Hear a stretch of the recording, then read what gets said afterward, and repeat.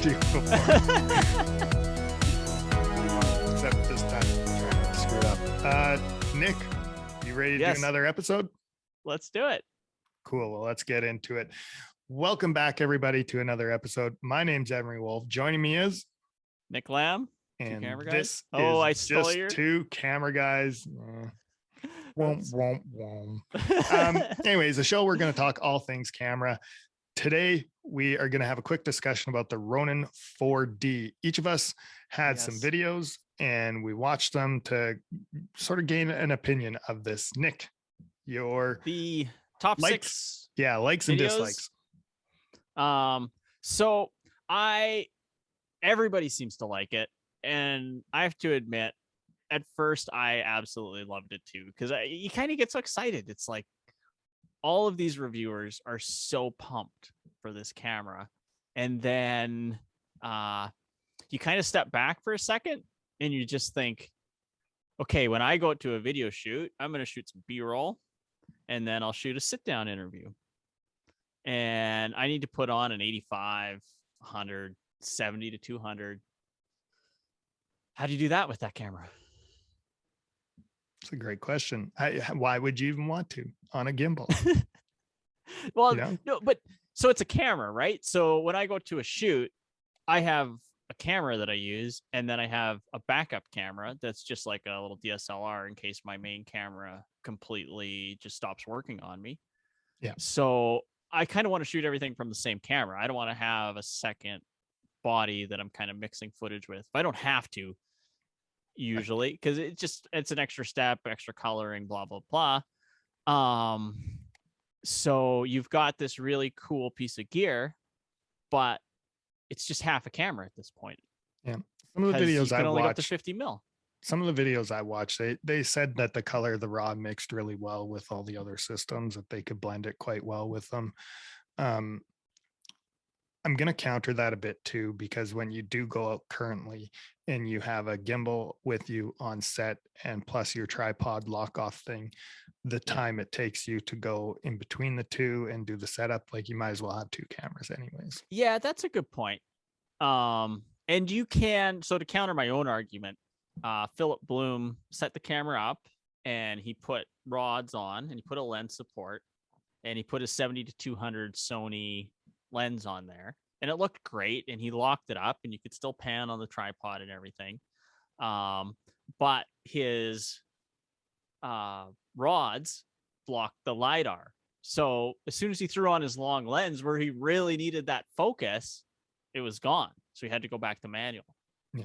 What about some of the other features, Nick? So that sort of transformation stuff it could do, the actual gimbal could come off, and people are guessing that it'll be able to attach to a drone. The handles come off and attach to the wireless unit and allow you to control the whole unit wirely. Plus with the LiDAR and stuff, it's got some tracking modes and things like that. What'd you think of all that stuff? So really the two things, I thought people were getting a little too excited about wireless video. I saw the one video, the guy was walking like miles away and like, oh, it's so cool. Well, great. But I don't know. That was a little overboard. The LiDAR, the focus seemed crazy. That seemed so cool and really neat that you could just override the autofocus and just take it over. And then you could let it go back if you needed to let it go back. And you could see exactly where your focus was. I thought that was really cool. That was probably my favorite feature. The second thing that really stood out to me, that do you do a lot of like glide cam work or gimbal work? Do I? Yeah. Not enough, no. So the thing that you have to do is you have to kind of walk like you're floating, and you have to take these like weird looking steps when you walk. But that fourth axis, having it moves with you, because it's got the ground sensor, so it's actually adjusting so that your plane can stay straight. I will say this about that as well, though. Everyone I seen using it, we're still doing the ninja walk. I think out of habit. I think you probably still have to, because there's only so much level that fourth axis gives you. Yeah, that. But to even get that out, so that would take the learning curve out of a glide cam to a Yep. certain degree, because with the glide cam, you've got quite a learning curve of getting that smoothness. Yeah. Whereas And you could put added on top of it too, like just not even the learning curve. You're getting rid of the vest, you're getting rid of the arm, which, you know, is getting rid of probably the another $2,000 touch in cost of gear. yeah. Just to speed this up, Nick, overall thoughts. How would you rate this thing? What would you give it? What would you say? Overall thoughts. Now I've never touched the thing. But one of my favorite guys, Philip Bloom, said it's hard to hold. Like, it's heavy. So the old man rating in me, that makes you know, if it's hard to hold, if it's not heavy, it's just the form factor makes it feel heavier than it actually is. There's a lot of things that work, but it's just a part of it would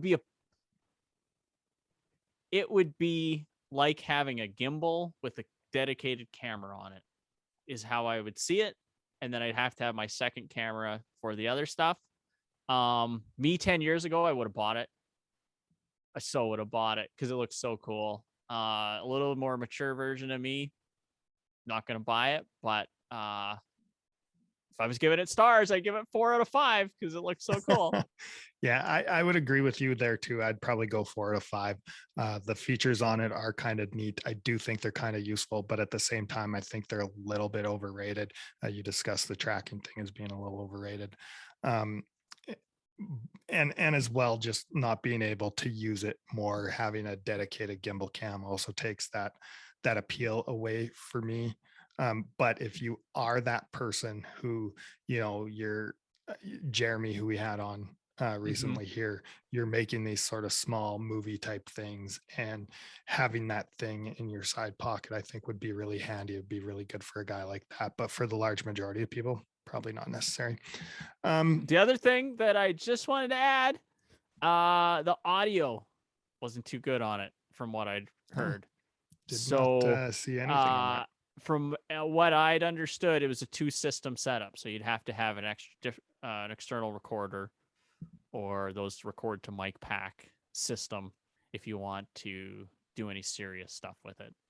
For sure. Well, folks, that has been just 2 camera guys for today. A really short episode. I think we're going to keep trying to do this short, where we, you know, when new products come out, there's 100 people that create review videos on it, and we'll try to summarize them up real quick. We don't actually review it. We watch the reviews. Yeah. And then we judge their judgment. That's what we are here for.